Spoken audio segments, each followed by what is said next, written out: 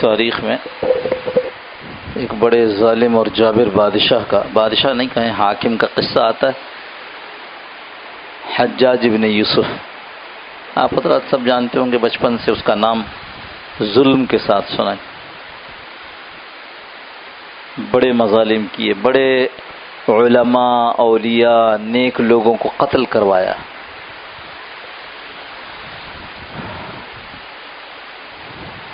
لیکن ایسی عجیب شخصیت کا مالک تھا کہ اس کے ٹکڑے جوڑنا مشکل ہوتا ہے.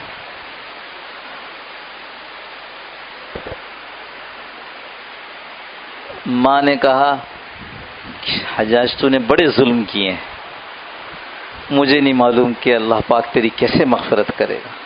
بڑے ظلم کیے تو نے، بڑے بڑے نیک لوگوں کو قتل کیا ہے. تو کہتا ہے،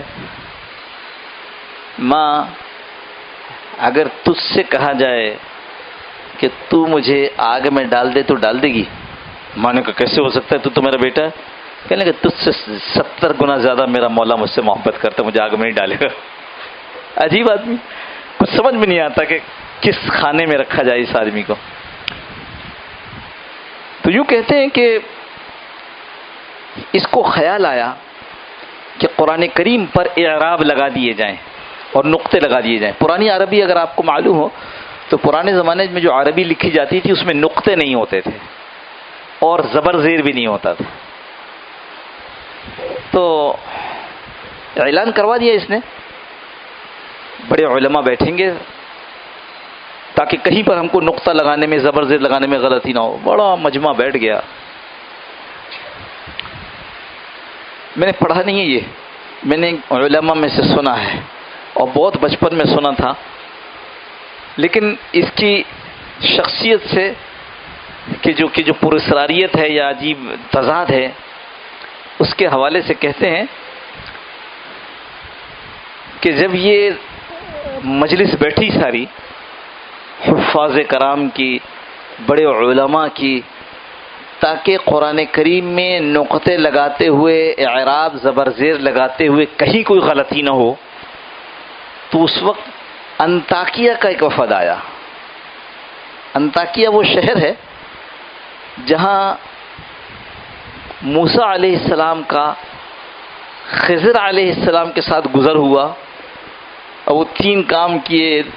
کشتی توڑ دی، ایک جگہ ایک بچہ کھیل رہا تھا اس کو مار دیا، ایک جگہ ایک دیوار گر رہی تھی اس کو سیدھا کر دیا. یہ مشہور قصہ ہے، میں صرف اشارہ کر رہا ہوں کہ یہ وہ واقعہ. تو انطاکیہ وہ جگہ تھی جہاں موسیٰ علیہ السلام اور خضر پہنچے تو ان سے کہا کہ کچھ کھانا کھلا دو، بھوک گئے. تو انہوں نے کھانا نہیں کھلایا، مہمانداری نہیں کی. اور مہمانداری نہیں کی اور دیکھا کہ ایک دیوار گر رہی تو اس دیوار کو سیدھا کر دیا. تو موسیٰ علیہ السلام نے کہا یہ کیا کیا ہے نا، یہ واقعات آ رہے ہیں. تو یہ جس جگہ کا قصہ ہے وہ انطاکیہ ہے. مفسرین نے لکھا ہے یہ فلاں علاقہ. تو انطاکیہ کے لوگوں کا ایک وفد پہنچا.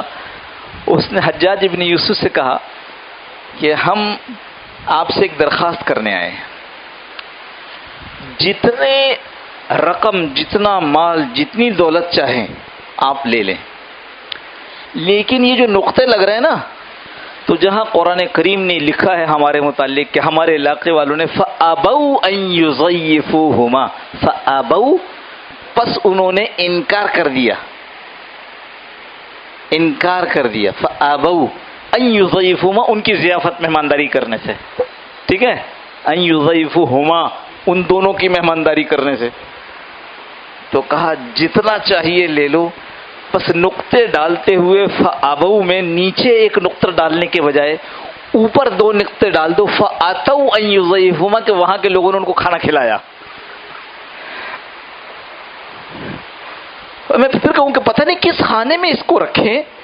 اتنا ظالم جابر بادشاہ کیا اپنے علاقے کا حاکم تھا، بادشاہ کہنا درست نہیں ہے اس کے لیے، لیکن اتنا زبردست جابر تھا کہ اس کی تلوار نے کبھی نہیں دیکھا کہ یہ نیک آدمی ہے یا بد آدمی، سب اڑائے ہیں اس نے.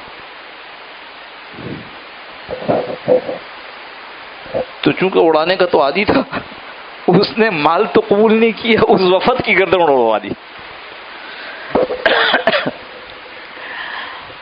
قصہ یوں یاد آیا مجھے کہ یہ جو مستشرقین ہیں، یہ مستشرقین پہلے سمجھ لو کون ہیں. یہ وہ غیر مسلم ہیں جنہوں نے اسلام پر کام کیا ہے. اس کی اگر لغت کے معنی میں جائیں گے نا، استشراق، مستشرق، تو اس میں تو پھر الجھ جائیں گے ہم. اس کے پھر معنی تفصیل اور ہے کہ ہر وہ آدمی جو مشرقی علوم پر کام کرے. ہم اس وقت جو خاص جس چیز کو سمجھانے کی کوشش کر رہے ہیں وہ یہ کہ وہ غیر مسلم جنہوں نے اسلام پر کام کیا، قرآن پر کام کیا. جیسے میں نے ایک بتایا آپ کو نماز سے پہلے کہ قرآن کریم کا ترجمہ کیا پیگانینی 1537، 16ویں صدی بنی نا. یہ پیگانینی نے ترجمہ کیا اور ترجمے میں اتنی بڑی بڑی غلطیاں جان بوجھ کے، کیونکہ ان کی تو بیک گراؤنڈ کچھ اور تھا نا، ان کا تو مقصد کچھ اور تھا. تو ان مستشرقین میں سے ایک ہے گولڈزیر. یہ گولڈزیر جو ہے نا، اس نے یہ اعتراض اپنی کتاب میں لکھا ہے کہ مسلمانوں کے نبی پر جو وحی آتی تھی یا نہیں آتی تھی، وہ کسی کو بلا کر لکھواتے تھے تو وہ تو نقطے اور زبر زیر کے بغیر کی عربی ہوتی تھی، اور وہ لکھوا کے مسجد نبوی میں رکھ دیا جاتا تھا. لوگ آتے تھے اس کو اپنے پاس نقل کر لیتے تھے. تو اس کے بعد زبر زیر تو بہت عرصے کے بعد لگا تو کوئی پتہ نہیں ہے قرآن صحیح ہے کہ نہیں ہے. اب یہ شبہ اس نے، یہ مستشرقین کا کام تھا. اور ایک دو نہیں ہیں، بڑے بہت ہیں، اور ایسے ایسے کام کیے دماغ آدمی کا حیران ہو جاتا ہے کیسا کام کیا. اب جو اس کی کتاب کو پڑھتا ہے وہ کہتا ہے ہو تو قرآن تو اس کا مطلب ناقابل اعتبار ہے. اچھا اب وہ آ کر ہم سے پوچھتے تھوڑی ہے کہ ذرا بتائیے آپ اس کے متعلق کیا کہتے ہیں. یہ ہمارے علماء کی کتاب اس کے جواب میں تھوڑی پڑھتا ہے کہ علماء نے اس کا کیا جواب دیا. جواب سیدھا سادہ ہے، اور یہ کہ بھائی یہ بتاؤ عمر ابن مکتوم قرشی وہ تو نابینا تھے، تو انہوں نے قرآن کیسے سیکھا؟ زبر زیر اور نقطے. بابا آپ صلی اللہ علیہ وسلم قرآن کریم کو بیان فرماتے تھے، اور جس وقت یہ کچھ لکھوایا جاتا، جیسے میں نے کہا لکھوایا تو کتنے بڑے بڑے حفاظ بیٹھے ہوں گے، تو زبر زیر کی غلطی کہاں سے آئے گی؟ جو آج بھی سمجھ میں آ رہی ہے کہ اگر کہیں کوئی زبر زیر کی غلطی کسی قرآن میں ہو تو فوراً پتہ چل جاتا ہے کہ نہیں پتہ چلتا. اب یہ جواب میرا یورپ میں کون سنے گا؟ پاک چمبر کی مسجد میں تو نہیں آئے گا نا. اس نے یہ کتاب پڑھی، اس نے اپنا ذہن بنا لیا. حضرت عائشہ رضی اللہ عنہ کی 6 سال کی عمر تھی، نکاح ہوا تھا. ہمارے علماء کے پاس بڑے جوابات ہیں اس کے.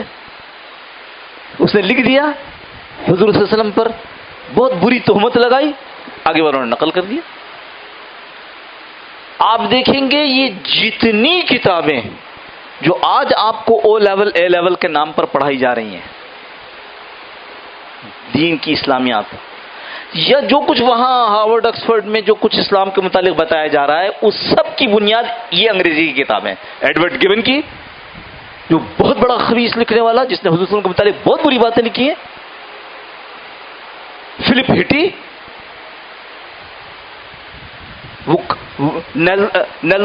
نکلسن. ارے میں انہیں اگر آپ انٹرنیٹ والے ہو کہیں جاؤ مستشرقین کے نام تلاش کرو، آپ حیران ہو جاؤ گے. اور یہ دیکھو گے کہ کام کیسے کیسے کیے ہیں، ایسے مضبوط قسم کی تحقیقیں کی ہیں اور اس میں کچھ بیچ میں ڈال دیے. اچھا بعد میں آنے والا جو آج تک یورپ میں لکھ رہا ہے، بلکہ ہمارے لوگ بھی جو یورپ جا کر کے تحقیق کرتے ہیں، وہ جو کچھ کر رہے ہیں وہ ان کی کتابوں کی بنیاد پہ کر رہے ہیں. کیوں؟ اس لیے کہ ان کی کیا کہتے ہیں اس کو، ماخذ کو، ریسورس، ان کا مبلغ علم، پھر مبلغ علم بڑی مشکل سے اصطلاح، ان کے پڑھ کر کے نالج اور علم حاصل کرنے کی کتابیں ہی انگریزی تھی. انہوں نے عربی سے پڑھا ہو تو پتہ چلے نا. پڑھا تو سارا انگریزی کتابوں سے. انگریزی کتابیں ان کی بنیاد پہ لکھی گئی اور وہ سارے کے سارے باقاعدہ کلیسا سے فنڈ کیے جاتے تھے اس کام کے لیے. لمبی فہرست ان لوگوں کی کہ مستشرقین میں سے اکثریت ان کی تھی جو باقاعدہ پادری تھے. اب جب ان سے آپ پڑھو گے, ان کی چیزوں کو سنو گے تو یہی سنو گے نا. مدینہ منورہ کی ریاست بنا رہے ہیں, کیوں بنا رہے؟ مدینہ منورہ میں یہودی رہتے تھے. او اللہ کے بندے, آگے کسی نے نہیں بتایا کہ 5 سال حضور صلی اللہ تعالی وسلم کے جب مدینہ منورہ میں گزرے, اس کے بعد دنیا کی کوئی تاریخ ثابت نہیں کر سکتی کہ یہودی تھے. سب کو نکالا گیا. آپ کہہ رہے مدینہ کی ریاست بنائیں گے, وہاں بڑی رواداری تھی, وہاں یہودی رہتے تھے. او بھائی 5 سال تک رہے, اس وقت تک جب تک شرافت. جس دن آپ صلی اللہ علیہ وسلم پر حملہ کیا ہے, جس دن احد والے جگہ پر انہوں نے کافروں کا, مشرکین کا ساتھ دینے کی کوشش کی, واپس گئے اور جا کر یہ بتاؤ کہ یہ کیا سازش تھی, تم نے ان کے ساتھ معاملہ کیا. میں نے کہا نہیں, ہم نے نہیں کیا. ثابت ہو گیا, بتاؤ تمہارے کیا سزا ہونی چاہیے. خاموش. تو کہا گیا اچھا سزا بھی تمہاری تورات کے مطابق ہوگی, لاؤ تورات لائی گئی اور کہا گیا ان لوگوں کو جو ان میں سے جاننے والے تھے, پڑھو اس تورات میں کہ ایسے کوئی آدمی عہد شکنی کرے اور اس درجے کی کرے, اس کو کیا سزا ہے. کہا تورات میں تو یہ لکھا ہوا ہے. کیا لکھا ہوا ہے؟ یہ لکھا ہوا ہے کہ بڑے بوڑھوں کو چھوڑ دو, عورتوں کو چھوڑ دو, بچوں کو باغی قتل کرو.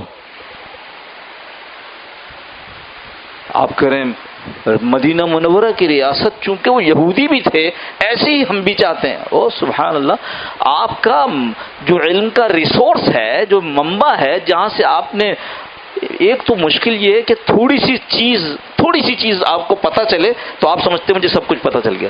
کسی نے بتا دیا کہ مرغی انڈے سے فائدہ ہو سکتا ہے, انہوں نے پوری اکانومی مرغی انڈے پہ اٹھا دی. کسی نے کان میں ڈال دیا کہ ہم وہ ابھی تیل دریافت کر رہے ہیں, انہوں نے پورے ملک میں شور مچا, بس اب لوگ ہمارے یہاں نوکری کے لیے, ہم بھی تیل والے ہونے جائیں. او بھائی, کس مزاج کے آدمی ہو, قوم کو لیڈ کر رہے ہو. خیر میں پھر کہوں کہ میں وہ رخ نہیں لینا چاہتا, کیونکہ وہ رخ لیتے ہیں تو لوگ یہ سمجھتے ہیں کہ ہم عمران خان کے مخالف ہیں اور نواز شریف کے حامی ہیں. نہیں بھائی, ہم تو دینی بات کرنا چاہ رہے ہیں, اور اس میں بھی جو میرا مطمع نظر اور مقصد ہے آپ سے بات کرنے کا اور اپنے آپ کو مخاطب کرنے کا, وہ یہ کہ اگر میں نے اپنے بچوں کی دین کی فکر نہیں کی تو اس کا جواب بھی دینا پڑے گا, اور اس کی بنیاد پر جتنے لوگ گمراہ ہوں گے ان کا جواب دینا پڑے گا. ہاں, کھیل نہیں ہے. بہت اچھا لگتا ہے حکومتوں میں آنا, لیکن آپ ذمہ دار ہو جاتے ہیں اس کے بعد اس چیز کے. خیر, تو ہم اپنی بات کریں. اس وقت کہیں بھی کسی جگہ بھی بھائی بچوں کی تربیت نہیں ہو رہی, اپنے اوقات کو دفتروں سے, کاروبار سے کم کر کے بچوں کو وقت دیں, بچوں کو وقت دیں. بچوں کے ساتھ, گھر والوں کے ساتھ, اللہ والوں کی مجلسوں میں شرکت کی کوشش کریں. دل پر اثر پڑے. علماء کے درس ہوتے ہیں, درس قرآن ہوتے ہیں, جائیں بھائی بچوں کے ساتھ. یہ سوچ لینا کہ میرا کام تو صرف یہ ہے کہ میرے بچے کو ہر وقت ایک نئے قسم کا کھانا ملے, ہر روز اس کے پاس نئی دھلی ہوئی پینٹ شرٹ پتلون ہو, میری بیوی کے پاس ہر شادی بیاہ تقریب میں جانے کے لیے ایک نیا جوڑا ہو. اس سے زیادہ ضروری ہے کہ میرا بچہ مرنے سے پہلے اللہ پر ایمان لے آئے,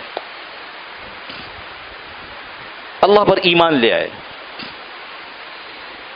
یا ایھا الذین آمنوا آمنو, ایمان والو ایمان لے آؤ. اس سے بول رہے ہو نا. اس لیے یہ ہماری ذمہ داری ہے, کل اس پہ ہم سے پوچھو گے. اور سچ بتاؤں, اس کے اندر کوئی فرق امیر غریب کا نہیں ہے, پڑھے لکھے ان پڑھ کا نہیں ہے, ہاں کالے گورے کا نہیں ہے, کوئی فرق نہیں ہے. اس لیے کہ دینی علم تربیت کا حصول یہ سب کے لیے ایسے آسان ہے جیسے میرے اور آپ کے لیے سانس لینا آسان ہے. ایسا تو نہیں کہ اللہ پاک نے کہا کہ سانس لینے پر تمہیں اتنے پیسے خرچ کرنے پڑیں گے. نہیں, ہر آدمی سانس لے رہا ہے, آپ بھی, اب میں. اللہ نے ہوا کو اتنا عام کیا. ایسے ہی الحمدللہ اللہ کا شکر ادا کیجیے, جس ملک میں, جس شہر میں ہم بیٹھے ہیں, یا تو قدم قدم پر دینی معلومات موجود ہیں.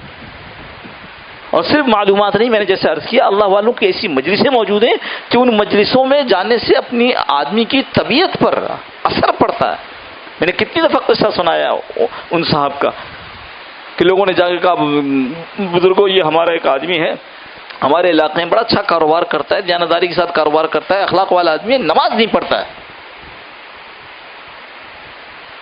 تو انہوں نے کہا کہ چلو یہ ہے تو معروف کرخی رحمۃ اللہ علیہ بڑے بزرگ گزرے، ان سے کہا کہنے سے چلو میں بات کرتا ہوں.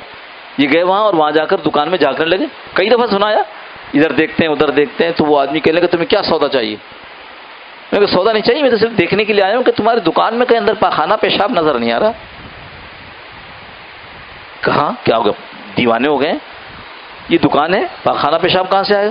کہ نہیں میں نے سنا ہے کہ جب لوگ تم سے کہتے ہیں کہ نماز پڑھا کرو تو تم کہتے میرے پاس وقت نہیں ہے. تو جب اس کا وقت نہیں ہے تو پاخانہ پیشاب بھی یہیں کرتے ہو کہ یہاں سے باہر کہاں جاتے ہو؟ اللہ والے کی کہی ہوئی بات دل پر ٹھک سے لگی ہے. دکان بند کی ہے، دکان بند کی ہے اور سیدھا اللہ والوں کی خدمت میں حاضر ہوئے. اللہ نے ایسی تبدیلی کی، بڑے اللہ والے بنے. نام ہے حضرت سری سقاطی رحمۃ اللہ علیہ، یہ جنید بغدادی کے بھی پیر ہیں. اللہ والوں کی خدمت میں بچوں کو گھر والوں کو لے کر جاویں، مزاج بنے. ایک تو علم نہیں ہے اور بعضوں کو جو علم ہے تو اس پر عمل نہیں ہے. مزاج بنے چھوٹی چھوٹی چیزوں کو پوچھنے کا، یہ کیسے کرتے ہیں، یہ کیسے کرتے ہیں، اور اس میں سنت کیا ہے اور اس میں اللہ کا حکم کیا ہے. مزاج بنے اور پوچھے گا اور پوچھنے کے بعد اس پر چلنے کا مزاج ہو. تو اس لیے یہ ہم جو بات کہتے ہیں آپ سے کئی دفعہ کہ 3 ماحولوں کو اختیار کریں. ایک علماء کا ماحول جہاں سے حلال حرام کا پتہ چلتا ہے، جہاں سے جائز ناجائز کا علم ہوتا ہے. ایک اللہ والوں کا ماحول، مشائخ کا، پیروں کا ماحول، جہاں سے آدمی کے اندر وہ جذبہ پیدا ہوتا ہے کہ جو کچھ سیکھا ہے اس پر عمل کرے. اور ایک تبلیغ والوں کا ماحول کہ جب آدمی کسی وجہ سے ٹھنڈا پڑ جاتا ہے، گھر کی پریشانی میں، کاروبار کی پریشانی میں، ملازمت کی پریشانی میں، اس کے اوقات دنیا کے اندر زیادہ لگنے لگتے ہیں پریشانی کی وجہ سے، تو یہ آپ کا گھر کھٹکھٹاتے ہیں بھائی صاحب کیا حال ہے؟ پہلے تو آپ تعلیم میں آتے تھے، آج کل تعلیم میں نظر نہیں آ رہے. پہلے آپ مسجد میں نظر آتے تھے، مسجد میں نظر نہیں آ رہے. یا بھائی آپ مسجد میں نظر نہیں آتے ہیں، آیا کریں، ہمارے ہاں دین کی بات ہوگی، تشویق ہے. کیا ہوتا ہے اس سے جو آدمی ٹھنڈا پڑ رہا ہوتا ہے، جس کے اوپر شیطان اپنا کھیل ڈال رہا ہوتا ہے، اس کی دوبارہ سے ہمت پڑ جاتی ہے.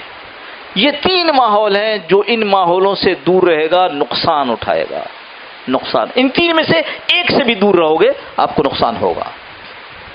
تفصیل کا موقع نہیں ہے، کئی دفعہ تفصیل کی ہے، پھر کسی وقت تفصیل کرنے. نقصان ہوگا نقصان. ایک تو یہ نا کہ یہ نہیں آئیں گے جائیں گے تو فائدہ نہیں ہوگا، فائدہ نہیں، اس کے نہ آنے جانے سے نقصان اٹھائیں گے. انشاءاللہ کسی وقت اس کی تفصیل عرض کریں گے. اللہم صلی علی سیدنا مولانا محمد النبی الامین وعلی آلہ وسلم تسلیما کثیرا کثیرا. اللہم ربنا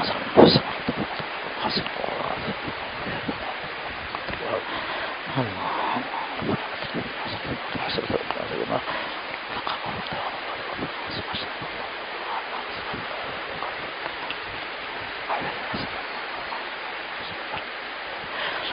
تقبل منا انك انت السميع العليم وتب علينا يا مولانا انك انت التواب الرحيم. صلى الله تعالى على خير خلقه محمد وعلى اله وصحبه اجمعين برحمتك يا ارحم الراحمين. جزاكم الله خير. السلام عليكم ورحمة الله.